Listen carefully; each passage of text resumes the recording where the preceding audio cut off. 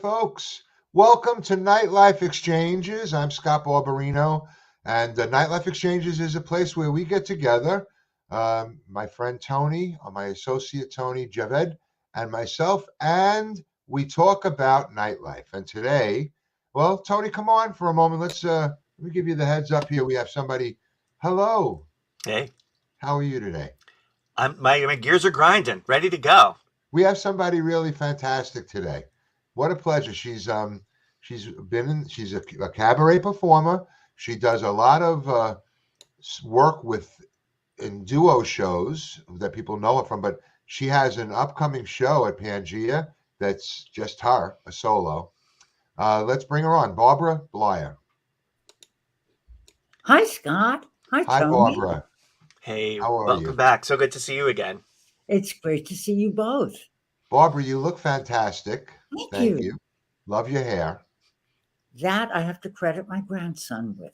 He gave me the idea. He did a good job on that. And you're all ready to roll. You've been in this business for a while, and you started actually at a young age, 4 years old, on the stage at Carnegie Hall, which there's a story there. But all of these years later, you're still at it, and you've done so much work in duo shows with a lot of men along the way. But this one coming up is on your own. But let's talk about some of those men. Sure. Always happy to talk about some of those men. So, Austin Pendleton, yes, and you have been collaborating the last few years. Yeah. Actually, we've been collaborating for 23 years, but steadily the last 6. And more in cabaret recently. Yeah. And those shows are going well. And, of course, Austin's working. In Chicago. A lot, actually. He's got a lot going on. A particular favorite of mine, first show I ever saw at Radio City Music Hall was What's Up, Doc? Oh, yeah. My mom brought me to Radio City Music Hall to see it. And, of course, being from Brooklyn, I have to say that I've seen my cousin Vinny a few times. Oh, yeah. Me too. An incredible person to be working with. When you are with him, percentage-wise, how much is laugh time? Oh, a lot. A lot. That's what I figured. We have a lot of fun together. We really do. And no two shows are the same. And never the same. And you have some shows queued up that you're waiting on with him that you're going to be doing? In May. Excellent. Do you have the title for that? Not yet. But it's going to be, we're going to have some wonderful guest stars too. Gretchen Cryer and Richard Maltby. Nice. Are going to be our guests at that show. Terrific. And speaking of Richard Maltby, you have been collaborated with him on some things along the way. Yes. And we have a little clip. Again, you're one of my favorite people to watch. When it comes to delivering a comedy song, you have impeccable timing. And so does he. Everybody will now see that right now. So let's go to that clip, Tony.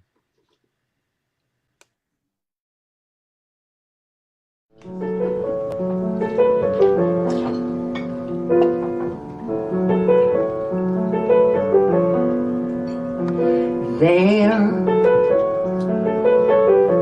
he was never there. Every time we talked, I'd look in his eyes, and his mind was where? I don't mean to say life was gloom and doom. Things were always pleasant. If I needed help, he was in the room. He just wasn't present. He just wasn't there. Never really there. I got so unhinged, I went out and binged, had that dumb affair. Still, the fault's not mine. Quoting Gertrude Stein, there was just no there.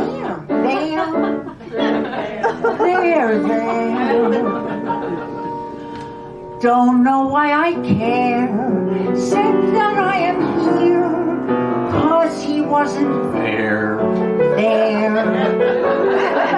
I was never there. She was always There. saying, George B. There. And my mind said, where?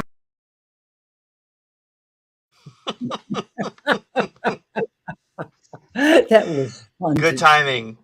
So, yeah, Good shared timing. It's about timing and patience, holding and waiting. So, Barbara, in your learning of, getting, into the more of the cabaret show things that you've done, what was a turning point for you? When did you really feel, okay, this is how I'm going to do it? Is it something that came suddenly and you realize that this is perfect, or how did you reach that? Well, actually, I always, at Music and Art High School, I was the singer with the dance band, the jazz band. Right. Then I worked my way through college, doing weddings and bar mitzvahs in coffee houses. Then, I've just always loved communicating with an audience, and cabaret is so different from film and theater on that. You really, your partner is your audience. Yeah. And I love that. Well said.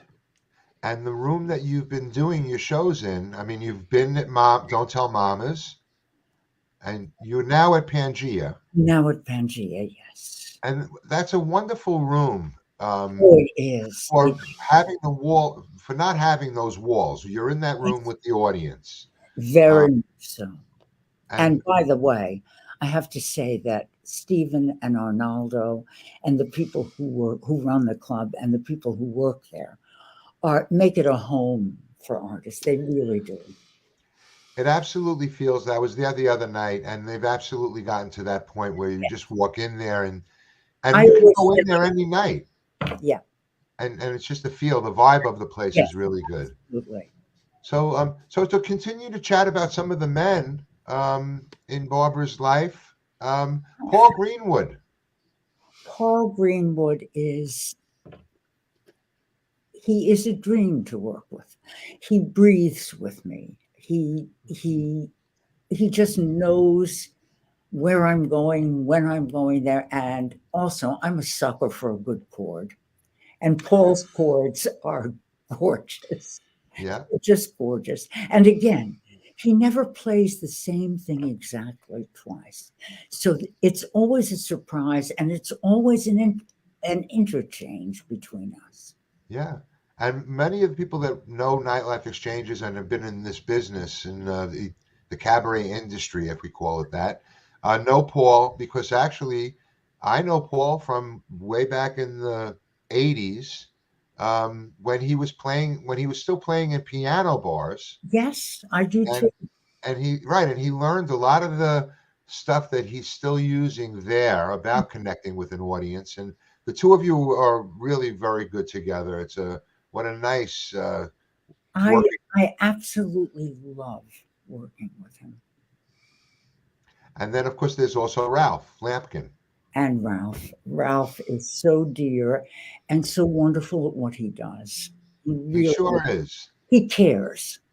You the kids call it OG, by the way, which is old school. I'm not really sure what it means, but Ralph Lampkin is old school. If he's in your corner and he's working on your project, you're totally right. And yeah, gets on the phone. Yes. Yes. Everything. It gets everything. So and to London a month ago, we had a wonderful. Right. Yeah, we sang. Austin and I sang at the Pheasantry in London, and it was so wonderful. Again, Ruth Leone, a wonderful person who manages a club. Right. It's really nice. So Scott, no, not at all. I can. This is just your tip for the week, your slang tip for the week. OG. It does mean old school, but it literally means original gangsta. Oh, you're kidding! So it's ultra urban, and that's what it means. All and right. so it's now in common parlance. If you're Live and learn. if you're the old guard, it could stand for old guard too. Original gangsta. Yep. All I right. like Well, original gangster. There you there go. you go. We are. And so all said now, but now you're going to be at Pangea, and the dates we have are March 21st and 28th at 7 p.m. And you're on your own. Yes. And Paul's there. Well, Paul's there with you. But Paul is there with me. Tell us a little bit about the show that you're doing at Pangea. It's a little bit different than shows that I've done. I've done solo shows before, but this is it's more of a dramatic piece. I've tried to create really a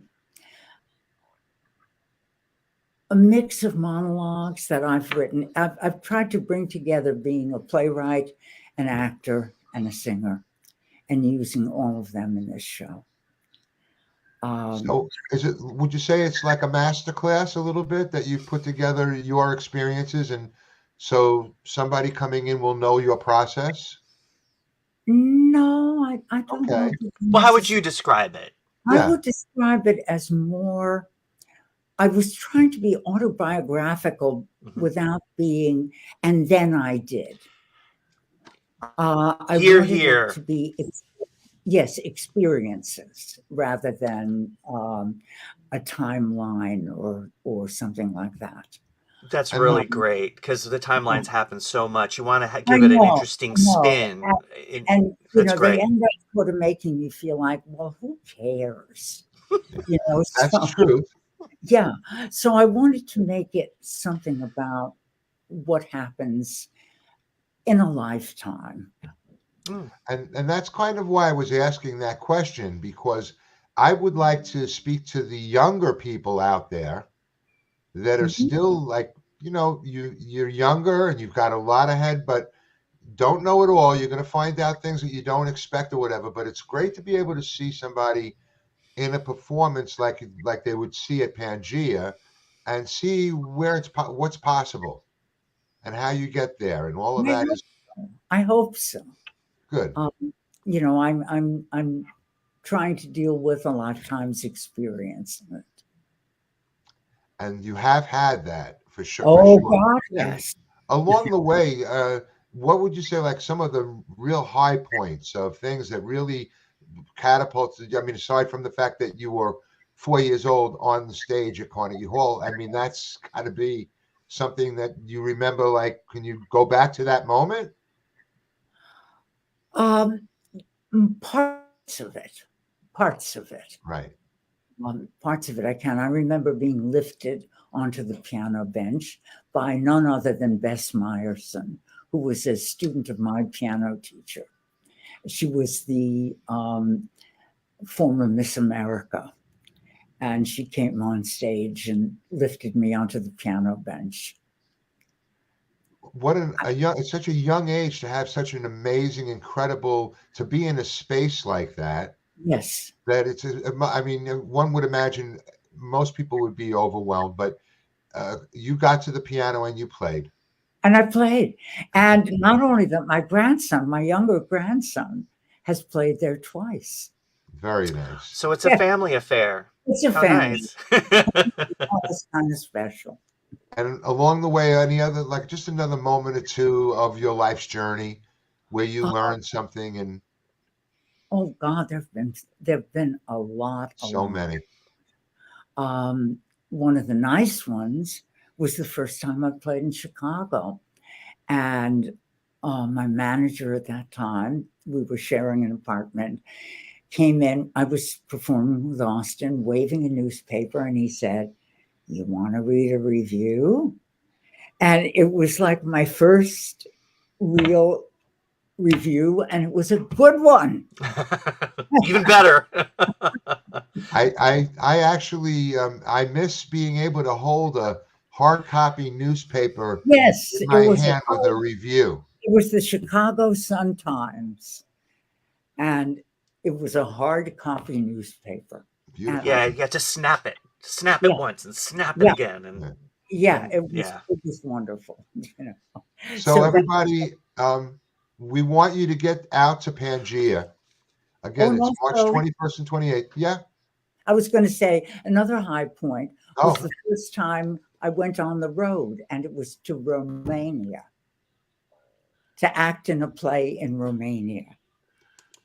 Excellent. And what was the title of the play? I Can Cry. In Romania. Yeah, I Can Cry in Romania. I cried in Romania. In Romania. Thank you for that. I mean, yeah, exactly. If you sat down, you're going to have a lot of points along the way that you can say this was different, this changed things, this moved things. Yes. Thank you for all the work that you've done over the years to, Thank you. and thank you for being a part of our, our little world of cabaret and live performance. Listen, you're an important part of the cabaret world, and I thank you for being that. And we have one little last surprise because, we had a little thing we were doing called Piano Bar Live, and Tony and I and Michael Mackesy, we wanted to bring people into the, on through Facebook to feel like they were in Piano Bar, and this was pre-pandemic, and we had you as a guest. Yes, and you did. came, yes, and it was a pleasure because you made us laugh. And again, you're so good with the, the timing really is impeccable. So we have a little clip from, this was January of 2021. 2020. 2020. Prior to the pandemic, which was a couple of months away. Yeah. And we didn't know how much we needed the laughs. So thank you. We did, but that we ended up setting ourselves up at that point that when the pandemic did come, we had already been online and been using these different formats, and a lot of people followed. But it was great to help people to figure out what the new steps were going to be. You might say we were the live stream OGs in the cabaret world. We were gangsters. You might. Gangsters, yes. So Barbara, listen, we're going to say bye, but we're going to lead out with a little something that you did for us at Piano Bar Live at Brandy's a couple of years ago. I remember it well. So Scott, are we going to say our byes now, or are we doing that at the flip side? I think we can say our byes now and our goodbyes now, and great. So we'll close out. Get back to the beautiful day we're having. Yes. Okay, sounds good. So thanks, yeah, Barbara. Thank you so much for joining us, Barbara. Again, it was a delight. And I'm so glad that we get to share some of the laughs that we had back right before the pandemic as we close out. So let's enjoy those together. We'll see you soon. Bye now. Bye. That neighborhood boy I babysat for has turned out to be quite a hunk. And that little kid brother my friend Marcia had, well, maybe some night when I'm drunk. But who would have thought that the thought would occur? But the thought does occur, and occur, and occur. And not only to me, but to thee, and to thee, and to her, and to him, and to her. It's all the latest rage to be dating a man half your age. But before I consider such unbridled bliss, the question that haunts me is this: am I old enough for a young